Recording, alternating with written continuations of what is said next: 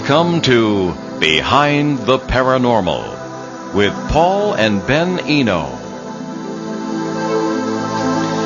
What do you do if you have a ghost who won't shut up? What place do animals play in the paranormal realm of coincidence and symbol? Can there be physical danger when you deal with the paranormal? Well, hello and welcome to the 127th broadcast of Behind the Paranormal with Paul and Ben Eno. I'm Paul, and I'm afraid Ben isn't with us today because he had to get involved in a service project at Mount St. Charles Academy in Woonsocket here, where he goes to school, excuse me, and from which he will shortly graduate, I hope. Welcome also to our big weekend tomorrow evening on CBS Radio, where we co-host what could be one of the most historic UFO roundtables ever broadcast. More about that later. But first, it's contest time here on ON 1240. Al Martin from Houston, Texas, won last week's contest. The question was, in what Canadian city was an entire family reported abducted by aliens in 1976 and 1977? The answer, Whitehorse in the Yukon Territory. I remember Whitehorse. It was near that I had my angel experience in 1979. This week's question is another cinch. In what Massachusetts town have witnesses reported a ghostly face staring up through the ice of a pond while skating on it? That'd be enough to make even me slip on the ice, I guess. Now, if you think you can deal with that, call us locally, 401-766-1240, or from anywhere in the U.S., 800-449-1240. If I don't announce a winner during the show and you still think you have the answer, drop a line to Ben at BEN@BehindTheParanormal.com. The winner gets an autographed copy of the new book, New England Ghost Files, of the books, not a new book, but it's a good book, New England Ghost Files by Chip Robinson, which contains that story about the face that is looking up through the ice. So anyway, we've decided to do another open line show this week. It's another welcome chance to catch up on our mountain of ever-growing emails, to take your calls if you'd care to call in, and to see what our show field reporters might have for us this week. The numbers again, 800-449-1240, from anywhere in the U.S. or locally, 401-766-1240 here on ON 1240 AM and ONWorldwide.com. Okay, now let's start with our emails here. This is one I've been trying to get to for a long time, but it is very long, and we really haven't had the time. We needed one of these email shows to do this. This is from Wayne Bradley in Adelaide, Australia, and we did begin to answer this one, but I wanted to get this out of the way. I know Wayne's been waiting for a long time. Okay.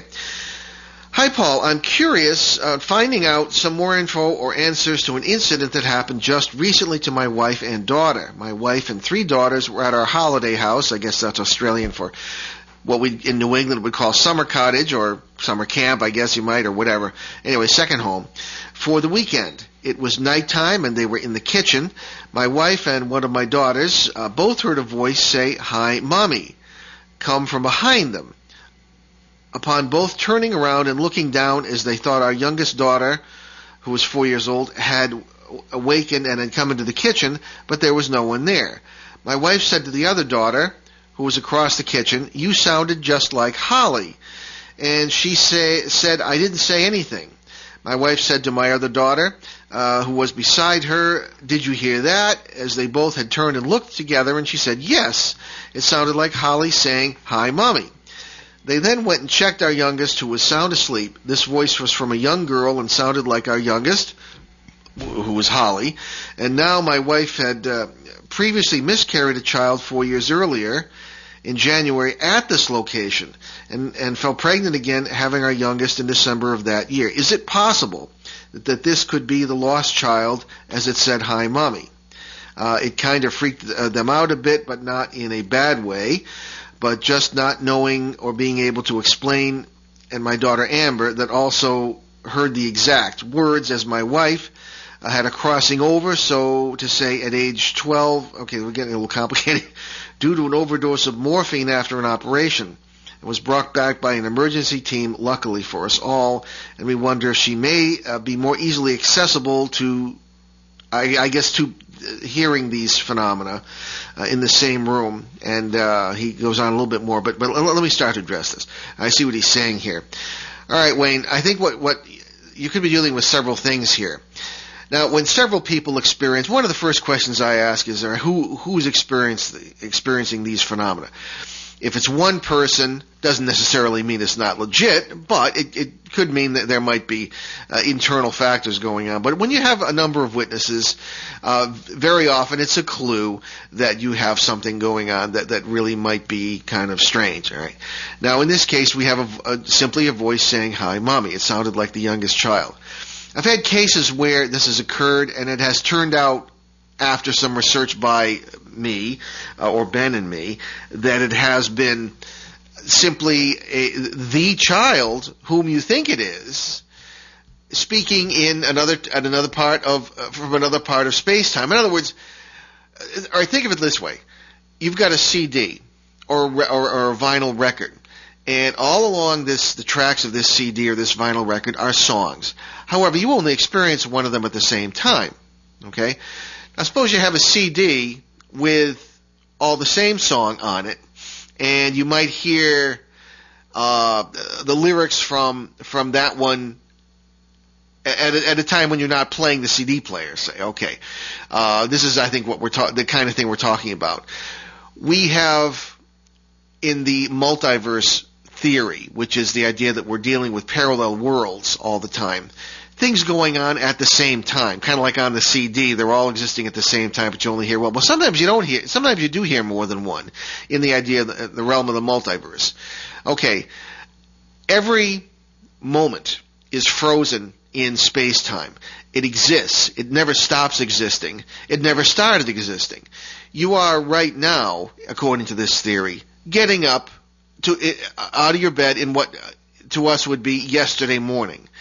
In the multiverse somewhere, you're going to bed tomorrow night.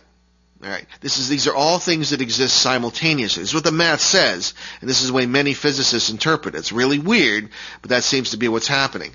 So very often I hear people saying, "Well, gee, I heard my wife say this or that, and she wasn't in the room."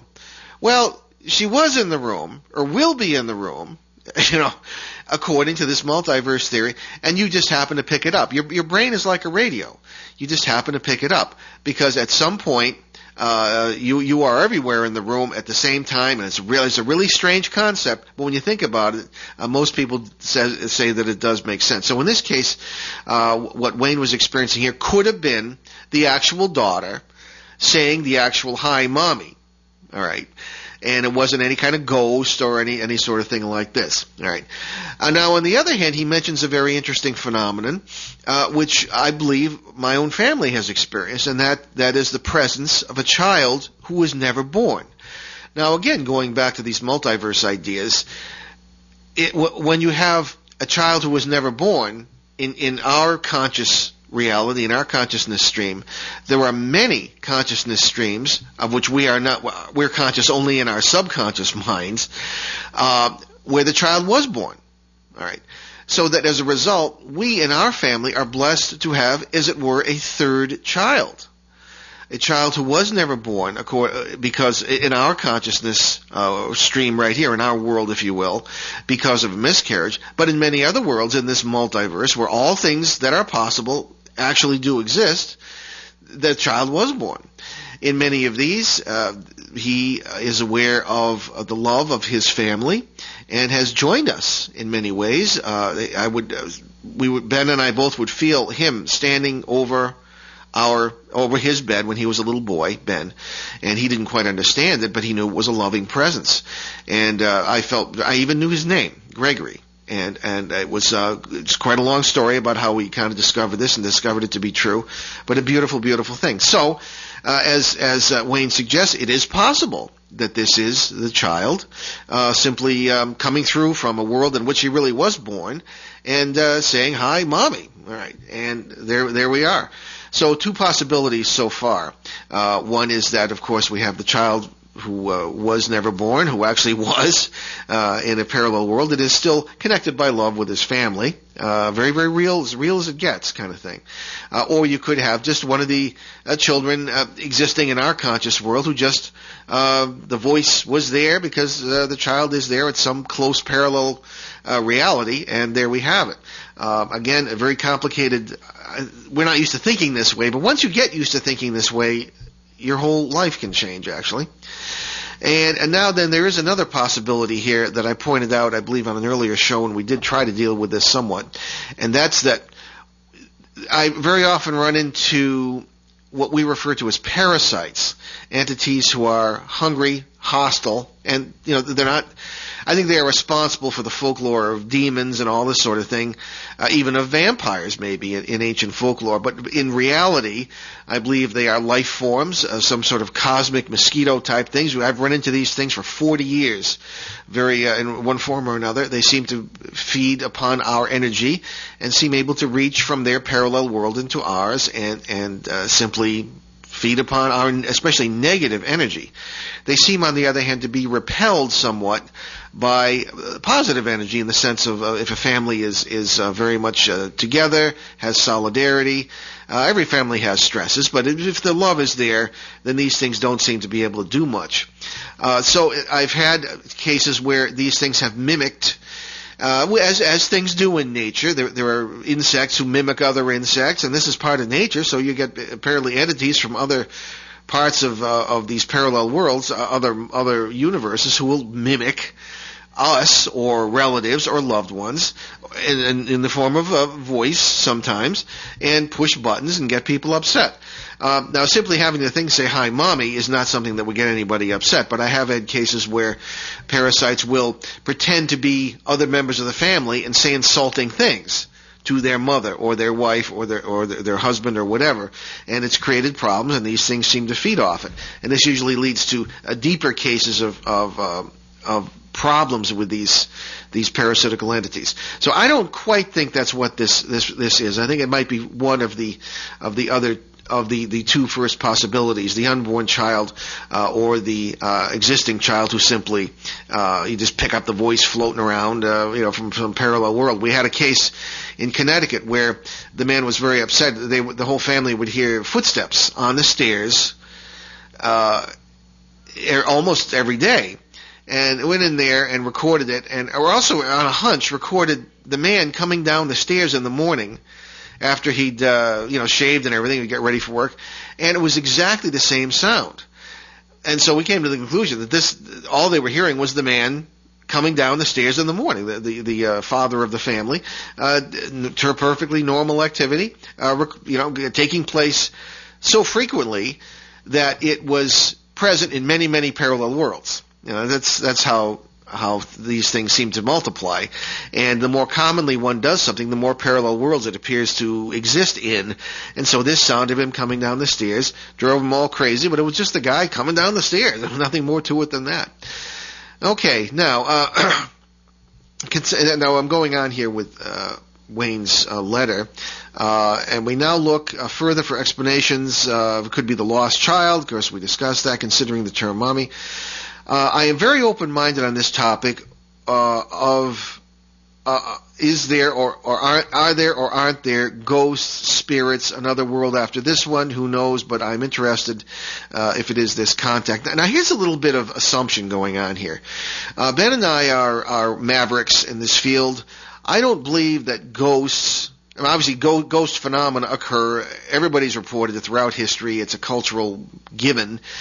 However, I don't believe that they are spirits of the dead. I have a problem with the whole idea of spirits. Spirits in the traditional sense being beings without bodies. How can we be ourselves without our bodies? You can think about this stuff. We assume that these things are spirits because we don't see them as we see other people. But when an analogy I always use is when you're sitting in your living room or this sort of thing, and you got a curtain across your window, and your neighbor comes over to visit, or your friend, you don't see them, you see a shadow on the curtain, or you see something of that kind. This is how these parallel worlds, in my opinion, seem to work. You have various entities, various kinds, who are just as physical in their own worlds as they are in ours, and there they are. Sometimes they manifest in ours, and of course we see them as, we think spirit, because what else could it be? We don't have the multiverse concept. We didn't have that, or we did, I think, in the ancient world, but we lost it in this one because we questioned everything in the wrong way. You ask the wrong questions, you get the wrong answers. It's what happened in modern society, I think, and we're only just beginning to rediscover this sort of thing. Now, on the other hand, there could be different kinds of matter. There could be various parallel worlds in which the laws of physics are not the same. The physicists actually say that they might vary from world to world. So yeah, you could have spirit worlds, and you could have worlds in which the matter is very different. Anything that is possible exists in the multiverse according to this interpretation of quantum mechanics. Okay, this is just a branch of physics that's pretty weird, but that I've seen in the trenches for the last 40 years, and that to me explains all this stuff far better than many other things. So again, we can't assume anything about this stuff as far as the traditional spiritualist approach is concerned. So Wayne goes on to express his interest in these subjects, but I don't want to let something I can't quite make out the word. It said, this house was passed on from my parents who are still living. I rebuilt it 10 years ago. Many have said that they have felt or seen strange happenings here over the years in the old house or new house, such as figures of someone, etc. Even my grandfather had an experience of a sort of white cloud smoke from under the door. And my son, when he was young, said something about a vision of an old lady one morning, and we can easily say to the young, you were dreaming, but when two people hear the same thing, one must wonder, as I just said. I have always felt at times there's maybe something there, but never let it worry me, and always put it down to a grandparent or aunt who spent many years in the old house, and I have the belief that no matter what we are living, we, the living, are the strong, and anything that may be considered evil or bad can do no harm if we let it feed on our fears, etc. Any info you could give, etc., etc. Okay. I guess that might wrap up his basic points. Okay, well, certainly we find that you don't have just, quote, haunted houses. Ben and I find very often, because we spend years on, we don't just swoop in there with some kind of equipment and spend a couple of days. We spend years on cases. There's one in Connecticut, well, actually there's one in Rhode Island here that upon which we have spent 10 years, I and then later Ben. And the more you study it, the more you find, and the deeper you can go. We find that it's never just a haunted house. It's always an entire area that's somehow affected by, to put it simply, electromagnetic fields that can affect space-time. In other words, electromagnetic fields seem to form not only the glue of the material universe, the things that holds us together, but it also seems to form the boundaries of these parallel worlds. And I believe I actually have photographs of these electromagnetic boundaries, with one world on one side and one on the other. I would refer you to, if you have access to the internet, newenglandghosts.com, and there's a page, Ghosts of Connecticut. And there's a case which is very, very significant. We're still working on it. And there are some very interesting photographs of what I believe to be these world boundaries. So these can stay in certain areas for a long time, these intersections of worlds. I refer to the analogy of bubbles, soap bubbles. You know, what do bubbles do? They will cling to one another in certain places. They will move around one another. They'll intersect at certain places. They'll combine. They'll disconnect. And this seems to be a good analogy for what happens with these worlds, each world being like a bubble. And when this occurs, you have paranormal phenomena, because you can have very alien creatures from one world combining with another, and it's like Swiss cheese. That seems to be how it kind of works. The multiverse seems to be full of holes. So I think that Wayne here might be onto something when he is talking about this particular area being affected. Now, they built the house in this place, and people all along have had paranormal experiences. The people they see might be people from other universes who are just intersecting at that point because the energies are right. I would like to get in there with my soil engineer, Joe Frisella, and check the water table and various components of the soil to see if it's conductive to these forms of electromagnetic fields, and see what could be gained from that, because these things do contribute to paranormal phenomena. So everything he's saying is very familiar to me, and I think he's right. Don't worry about it. The best thing you can do is you come together, your family, and realize that the paranormal is nothing of the kind. It is entirely normal. It is the backdrop not only to our daily lives but to our history as a species. So I think that there's nothing really to worry about here. Wayne, thank you for writing in, and I'm very proud we got to deal with your whole email for once here. Okay. Any questions? Again, Wayne, please feel free to write in, and we'll deal with them as we can. Okay, we got a couple of minutes before our break. So here's one. This is from Lisa in Northeast Ohio, and Lisa has sent in 2 questions here, and I want to deal with them both because I know Lisa is a faithful listener and has written to us before. I was just listening to your March 28th, 2010 show, your report, because as you know, all our shows are on podcast at BehindTheParanormal.com, and they do seem to be all over the internet in one form or another. And Lisa goes on, your reporter just finished her story about the crows. That would be Kyle Dayton from Arizona. And what do I see as I look out my kitchen window while washing dishes? The biggest raven, parenthesis crow, I have ever seen in my life. It was as big as a chicken. He was by himself eating the food I had put out earlier. The sight of him startled me. I grabbed my Animal Speak book by the late Ted Andrews to reread the crow and raven parts. Unbelievable. It may be spring here in Ohio, but it just snowed a few days ago, and the only birds I've seen lately are robins, blue jays, and cardinals. To see the gargantuan raven just as I finished hearing the crow story is just too much. What does it mean? Hopefully something magical is about to happen for me. Well, maybe by now you know. I don't really know about the magical aspects of seeing a crow just when I'm talking about it on the air, but hey, who knows? There's a concept known as synchronicity by the great psychologist Carl Jung.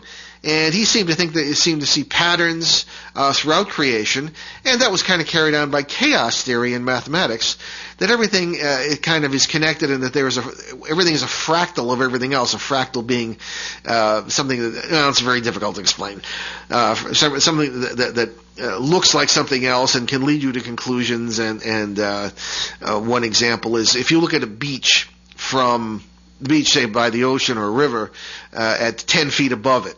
It'll look the same, essentially, from 100 miles above, taken from a satellite.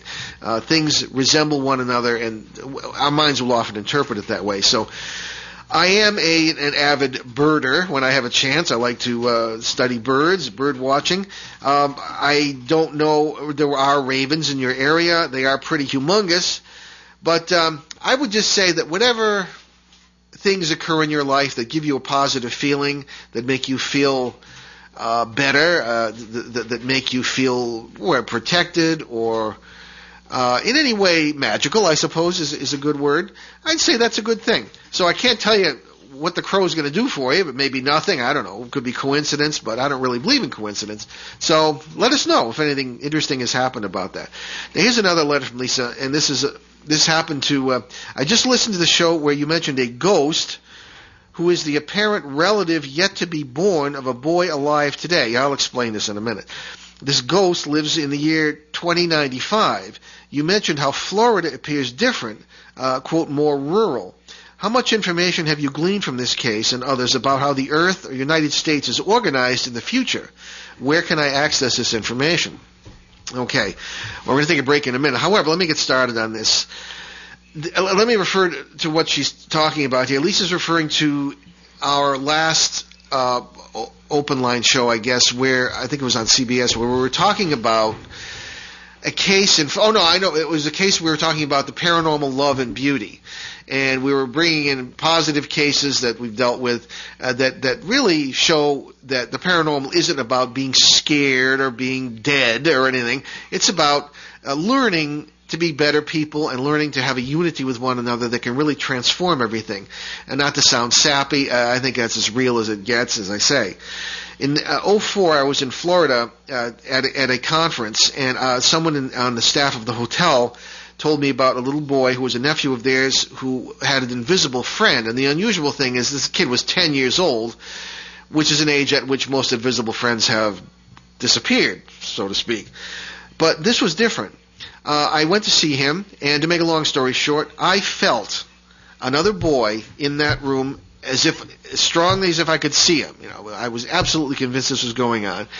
And the story that came out was that this boy he would only say he was a relative of the young boy who was the nephew of the staffer here. And the boy said that he was born 100 years to the day after the young boy who lived in the house. They were very good friends.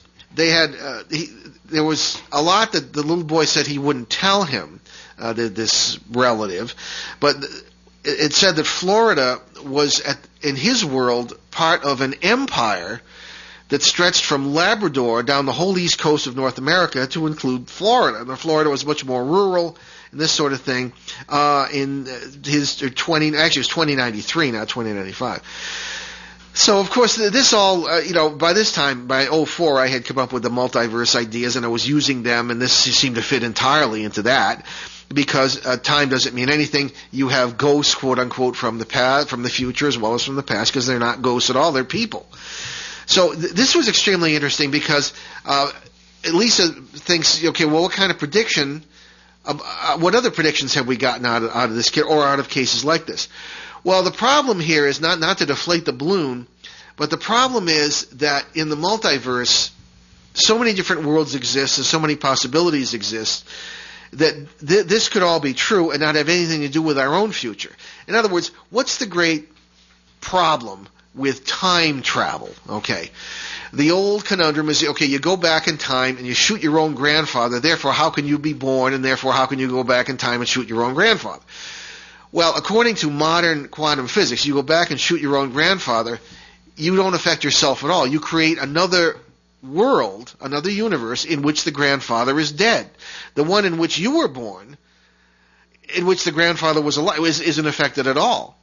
So when you drop a teacup, you create another universe, according to this theory, one in which the teacup is broken. The world in which the teacup was not broken just continues normally, right? So anything is possible with this. I mean, if this can even be imagined by anyone, then it must be real somewhere or someone in the multiverse. So I can't tell you whether, what the future will be here, Lisa, based on this, because any future you can imagine is going to happen somewhere or someone in the multiverse. And what does this do? It puts personal responsibility on us to create a good future, and we do that together. All right, and right now, at least in America, it doesn't look too good as far as working together is concerned. But I think we need to work on that and to see what happens. But I'm afraid I can't give you anything right out of this case for that. But it was interesting because, again, I've never been convinced of anything so much as I am of this. That boy was in this room, was positive, was human, a great kid, but only born, 100 years after this other fellow was. So that's about all I can say. So in any case, we're going to move on to some other ones here in a minute. And I thank Lisa for writing, and Lisa's a faithful listener for years now, all 2 years, I guess, we've been on the air. And as far as where she can access this information, I'd say just listen to our podcasts of our shows on positive and good paranormal love and cases of that kind, and you'll find those at behindtheparanormal.com in our past guests or our podcast pages. Okay, we're going to take a break now. Commercial break. Be right back. I'm Behind the Paranormal on ON 1240 and ONWorldwide.com. New River Press is proud to sponsor tonight's segment of Behind the Paranormal with Paul and Benjamin Eno. New River Press offers the best in unusual New Age books. Stand by the side of tonight's host, Paul Eno, as he battles poltergeists and helps suffering souls and families in the critically acclaimed books Faces at the Window and Footsteps in the Attic. Plunge deeper into the paranormal with Paul and learn about its influence on human history, its action in our daily lives, and its ultimate meaning for us in the best-selling Turning Home, God, Ghosts, and Human Destiny. Available now from New River Press, publishers of unusual books. Visit newriverpress.com, amazon.com, or your favorite bookstore. And set for release late this year in one of the most unusual books on the subject ever written, Paul gives us Dancing Past the Graveyard, What Ghosts Have to Say About God. Okay, welcome back to Behind the Paranormal with Paul and Ben Eno. Without the Ben this week, he's off on a service project at his school. And we are going over some very interesting emails and cases from people from all over the place who are listeners and who are writing in to ask and tell some interesting things. Now here's one from Caitlin J. in New York City. And Caitlin writes, "Hi, Paul and Ben. I guess you could call me a recovering ghost hunter. All right. I applied the usual spiritualist theories and ended up with more questions than answers. Then I started to put your theories into practice, and I have had much deeper and more meaningful experiences of the paranormal. For example, I investigated a case recently that seemed to involve a deceased relative of the family. It gave them information about some property that brought up a lot of hard feelings. This made me suspicious. Plus, this entity didn't feel human to me. I did what I thought you would do and let it know that I didn't believe it was the relative. Sure enough, the thing turned into an alien. All right? People in the family started to see a gray. A gray is a common form of alleged alien, with the big eyes and all that. But they started to see a gray instead of the relative. But it has become weaker, and I have been working with the family to try to bring them together, as you have said. So far, so good." Well, bravo for you, Caitlin. Sometimes I get emails saying I'm full of baloney, but I on my theories in this multiverse business, but very rarely. I mean, people when they do seem to come around to try it or try to understand it, they do seem to respond positively to it, because I think we know this stuff down deep, and I think our ancestors did too. So I think what we're looking at here is a case where a parasitical entity, one of these things I just described, that feed upon our negative energy, came in and mimicked, as things do in nature, another positive creature, in this case a relative of the family, and then tried to push some buttons, because, try dealing with intelligent mosquitoes. It can be pretty scary. Tried to push some buttons by apparently bringing out some information on some property or a will or something that got the family at each other's throats, or nearly so, and then therefore aroused suspicions in a clear-thinking investigator, who then decided that this probably isn't correct, and as you heard, the thing turned into something else as soon as she expressed this belief that this is what it said it was. And the question arises, well, gee, how many aliens in UFO experiences and in close encounters really might be parasites? And that's a whole different ball of wax. And if you want to listen tomorrow night to our show on CBS, we're going to be having a very, very, it's already been called historic panel of experts and witnesses to the Rendlesham Forest incidents of 1980, because this is the 30th anniversary year of Britain's Roswell, as it has been called. And we're going to be getting into a couple of these questions.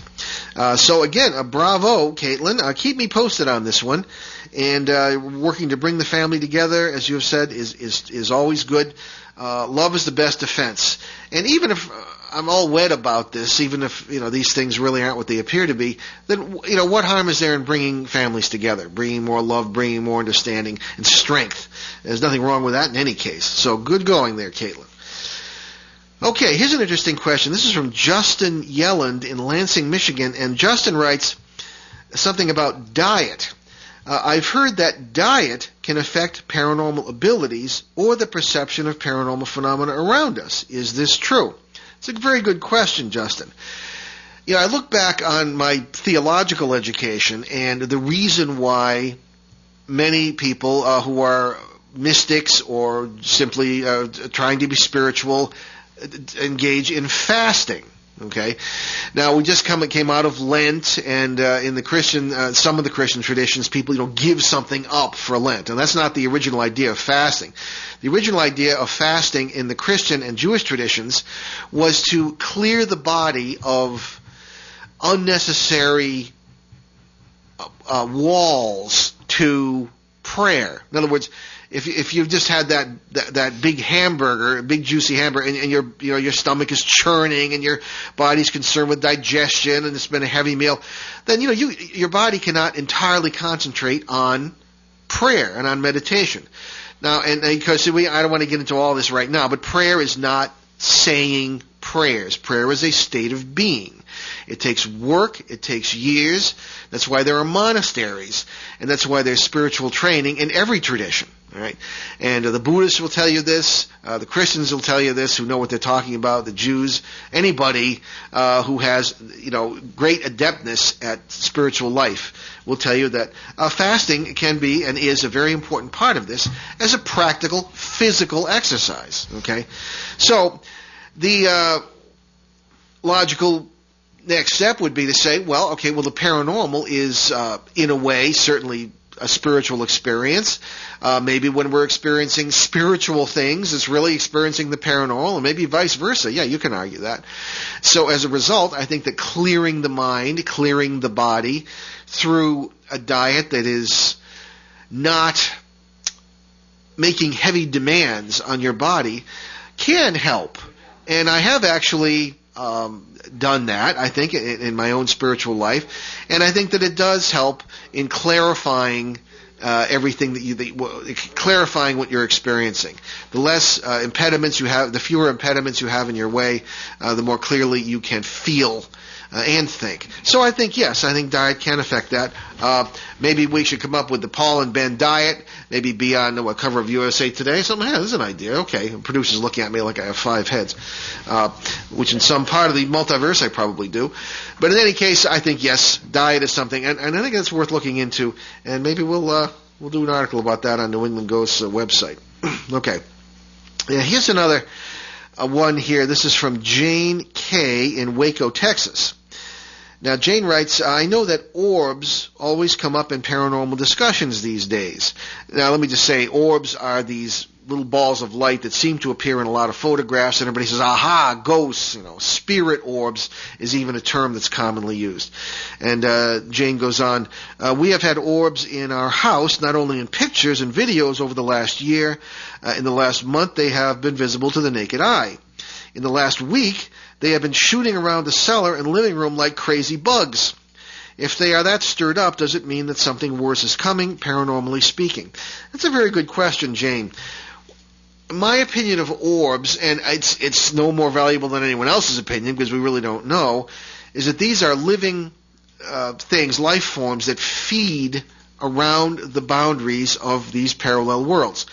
There are many photos in which these things are active and are taken in houses where these world boundaries seem to be crossing or where phenomena are occurring. So I think that they are related to the paranormal, but I don't believe that they are ghosts themselves or are this sort of thing. Although, just when I became convinced of that, you run into orbs that would have faces in them, apparently, and this sort of thing. So I don't really know. But I think that they certainly are present in paranormal situations. And just about everywhere else, because the multiverse is everywhere, too. If they're stirred up and flying around the way you're describing, I think that you may be right. You might want to keep an eye on the situation. In very hot paranormal cases, as you might say, we have taken videos and photos of orbs that were racing around, say in the basement of the house, this sort of thing. They did seem to be stirred up. So I think keep me posted on this. I think that if you have these things racing around like this and all seemingly excited, you've got an increase in energy and possibly some kind of thing that might be stirred up. So yeah, keep me posted on that because I think you might have read the situation correctly. Okay, what do we got? We got. Okay, now this is an interesting one from Donna. Donna, as you know, is one of our show reporters, and Donna has she's not only one of our show reporters, she's a good friend, and she is the resident of a house that Ben and I have been investigating for 5 years. And this is the case I very often refer to in Connecticut as being extremely interesting because it started with ghosts, apparently, and 6 generations of a family living in a 1783 farmhouse. It started out as a general store and was a farmhouse later on. And they all seem to be all living there still in relative peace and quiet. The problem is that the relatives are one thing, but the alien creatures and other things like this are something else. You have a crossroads of the paranormal here, a crossroads of various worlds, seemingly. This is where we got the photographs of the world boundaries, among other places. You have everything going on there from very, very tall rather interesting species from some parallel world, and I run into them frequently, and they seem to be a very gentle race with a very interesting culture from what I've found out, and I want to learn more about them. And again, when you think in multiverse terms and you stop thinking of these things as ghosts, it opens up whole new worlds to find out about their culture and their civilization, who they are and where they live and what they're all about, and establish maybe even contacts with cross-world boundaries here, as we sometimes do in these cases of love and helping, when creatures of various species do help one another across the boundaries of these worlds. And that's what when we do shows on paranormal love and beauty, that's what we talk about. So in her house, all these things seem to be going on. Many of them are completely oblivious to her, and that's how the multiverse works. When they do see us, I think they see us as we see them, as quote-unquote maybe ghosts, this sort of thing. And as a matter of fact, I think, and I will, I guess, not to spill the beans on this, but Ben and I are getting ready to start filming for what hopefully will be our first national television show, and this will be in May. And we're going to start right here at WON. The producer at this point and the director want to, so at least at this point, want to begin with our show here at ON on Saturday mornings, and then branch out into interesting cases. The producer's putting his makeup on already. Interesting cases that will take us all over the country and perhaps all over the world to work as a father-son team to get into what nobody else seems to be doing, these multiverse ideas of the paranormal. Maybe we'll be dealing with ghosts, UFOs, certainly maybe cryptids, and maybe be establishing some contact with what people have not considered to be worth establishing contact with, and that's some of these amazing creatures who are intelligent and who do live in parallel universes, seemingly, and a lot of whom we've already encountered in Donna's house. So we're going to be starting with Donna's case on our first episode, and now this may not go anywhere. Networks may not pick it up, so who knows? But we are going to start working with a very, very well-known director, and Donna's case, through her gracious family's permission, will be the first one. So stay tuned on that. And when that'll be on TV, I don't know, probably fall, maybe next year, I don't know. We'll keep you posted. So anyway, Donna's case was very interesting. She has taken to recording a lot of EVPs. Electronic voice phenomena is a big thing in quote-unquote ghost hunting today. I take it with a grain of salt. I tend to wonder about a lot of it. I think that sometimes there is a growing opinion among old-timers like me that maybe these things are produced by projection from the investigators. There have been a lot of cases where I think that's the case. Other times, maybe not. Those who have been in radio for many years, there are plenty of them who said they've never seen any evidence of strange things coming up in their signals or voices from the alleged dead or this sort of thing. But Donna has set up some recording devices in her house, and of course her house is very active, and she has recorded some interesting things. One frightened her particularly last week, and I guess I can talk about it. There was a very quiet day. It was before Easter, and she was, I guess, doing a little baking, and I guess they're expecting a baby in the family, a new grandson for Donna. And there was, and she'd set up the tape. And while the house, to the conscious mind, was very quiet, all sorts of ruckus occurred on this tape. There were bangings and all sorts of scrapings and something unrolling. It was a big racket. So she was rather frightened about this, wondered if this meant anything was going to be going on behind the scenes that was negative with everything else that happens in this house. And so, but her daughter, listening to this, said, hey, you have to remember, this house was built in 1783 as a general store. Became a house later on. And when you heard all the sounds, they sounded like fabric unrolling, or maybe people talking, or the sounds that would be in a very busy general store. So you have a little bit of history perhaps here. And again, people would say, well, maybe this would be a residual haunting is recorded on the house. And I suppose that's possible. But I tend to think that this is simply the multiverse manifesting itself in the world in which this house still is a general store in 1793 or 1800, is still there, hasn't gone anywhere or any when, and was picked up on this through this medium of the recording device. And the reason I don't necessarily believe that events are recorded on sites, at least not all the time, is that I have approached well-known cases that have had supposedly, recordings, the same sound replaying again and again, or the same event, and have managed to change them by communicating in one form or another with the people on the other side of this membrane, as physicists call it, and interacting to some degree and changing the thing, and the thing wasn't recorded, it was just them, because that's where the world's joined. So again, some of this could be right, some of it could be wrong, but in any case, Donna's case is extremely interesting. Now, this is a case also that has involved UFOs, strangely enough. It developed into a case where we have gone outside the house and we've made inquiries about neighbors and things like this, and the whole area, as we usually find, is hot with paranormal activity, to the point where several years ago the people of this town and surrounding towns began to notice UFOs in the sky, to the point where they would stop their cars and get out and look at them. Ben and I ourselves believe we saw several.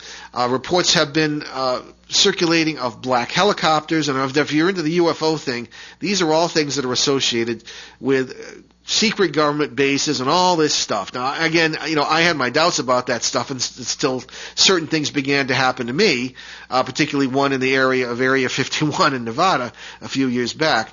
So I'm more apt to believe some of this stuff than I used to be.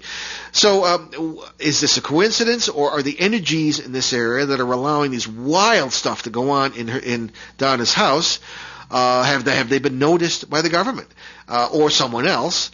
And is research going on there having to do with UFOs? UFOs have been seen descending behind a certain mountain. There was a road upon which troops, I am told, will stop you if you go to a certain point. I'm in the middle of rural Connecticut. I mean, what's that all about? So these are all things we're going to be looking into. I don't know if we're going to get that far on our first show. We'll probably just concentrate on Donna's house. But this shows you that the paranormal does seem to be a unified set of phenomena.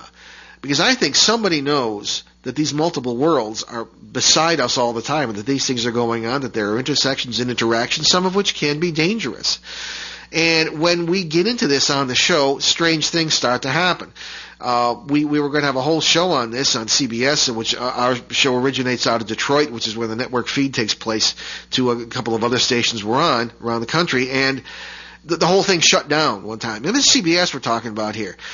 We began to talk about a secret weapons program. Our guest was Bill Burns on the show that night, Bill Burns from UFO Hunters on the History Channel. And Ben asked him a simple question about this German weapon system that had, what happened to it after the war. And Bill said, that was transferred over to our own program and this and that. The clock on my screen changed so that I thought it was the end of the show. So I'm shutting down Bill. The producer at the studio in Detroit said somebody began pounding on the door of the studio, and that the security camera did not show the face of the person. The person knew just how to stand, so as not to have his face show. So again, maybe coincidence, maybe not.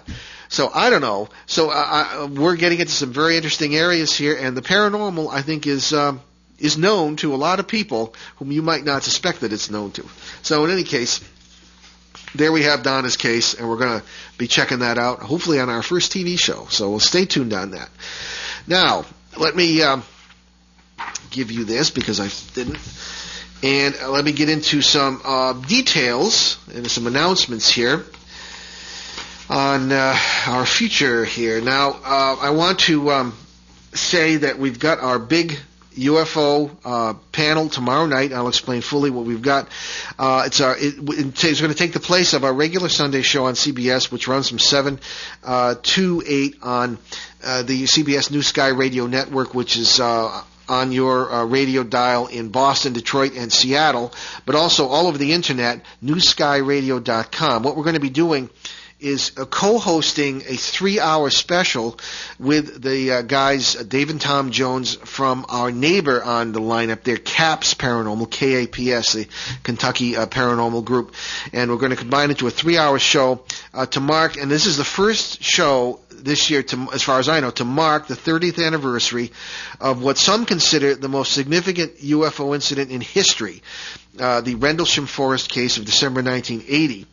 We will have with us not only Bill Burns from UFO Hunters on the History Channel, we will have Peter Robbins, who is co-author of the book Left at East Gate, which has to do with that case.